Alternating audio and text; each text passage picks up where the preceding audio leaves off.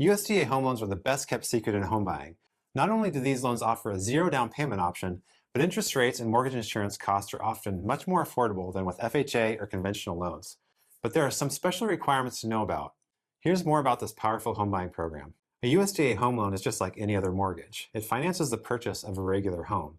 They aren't for farms or land. USDA is best for homes in regular neighborhoods. So why are they sponsored by the United States Department of Agriculture? Because one of this agency's goals is to encourage homeownership in rural and suburban areas. As such, it provides a loan that makes it easier to buy a home. Let's review some guidelines. Perhaps the most important requirement is that the home is in an area classified as rural by the USDA. But don't be fooled by that term because many areas just outside larger metros can be eligible. The best way to know if an area qualifies is by using USDA's eligibility map, which you can find with a quick Google search. Eligible areas include communities of about 20,000 or less, but USDA has some exceptions, so check an area and specific address before assuming you can or can't use a USDA loan. If you've found an eligible home, the next step is to make sure you as a buyer are eligible. The program comes with income limits that change every year. Check the link in the description for current limits in your area. You're allowed a higher income in high-cost areas of the US or if your household has more than 4 people. Another note, your household income includes everyone, not just those on the loan. So a working teenager or mother-in-law that lives in the house must include their income for eligibility purposes, even if they're not on the mortgage application. USDA loans can be tricky because you have to make enough to qualify for the payment, but not too much so that you're over income limits. Ideally, your household makes just under the allowable amount. Typically, the future house payment and all other debt payments are limited to 41% of the before-tax income for everyone who's on the loan application. So if you make $8,000 per month, your house payment plus all other debt payments could total about $3,300 per month.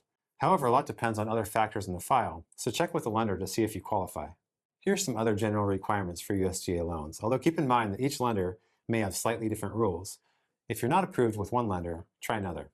You often need a 640 credit score, though some lenders allow for lower scores. There's zero down payment required. You have to pay closing costs, but they can come from down payment assistance, family gifts, and other sources. You have to have stable employment and income, and you have to use the home as your primary residence. Lastly, the home must be safe and livable, and it must be a one-unit house, condo, or townhome. USDA loans don't require mortgage insurance. Instead, it charges upfront and monthly guarantee fees, which are basically USDA's version of mortgage insurance. These fees are equal to 1% of the loan amount up front and 0.35% of the loan amount per year. So how does that translate to actual costs? On a $200,000 home purchase, you'd pay about $2,000 up front, which is typically wrapped into the loan, and $60 per month. Compare that with FHA's fees on the same loan of about $3,500 up front and $90 per month. When it comes to program fees, USDA is a better value. If you're eligible for a USDA loan, it's likely the most affordable option for you.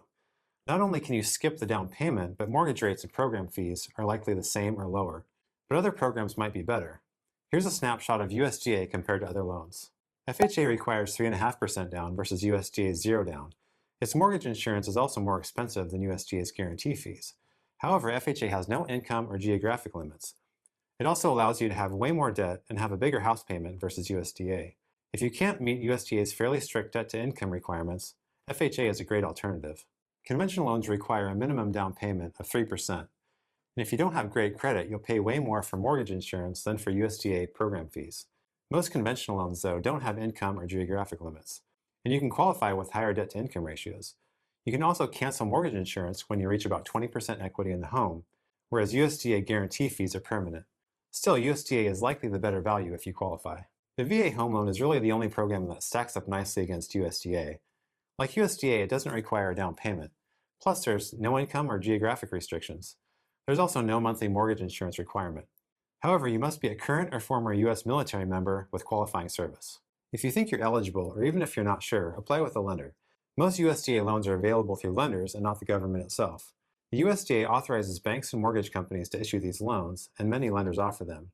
To skip the guesswork, go to mortgageresearch.com to be matched with a lender.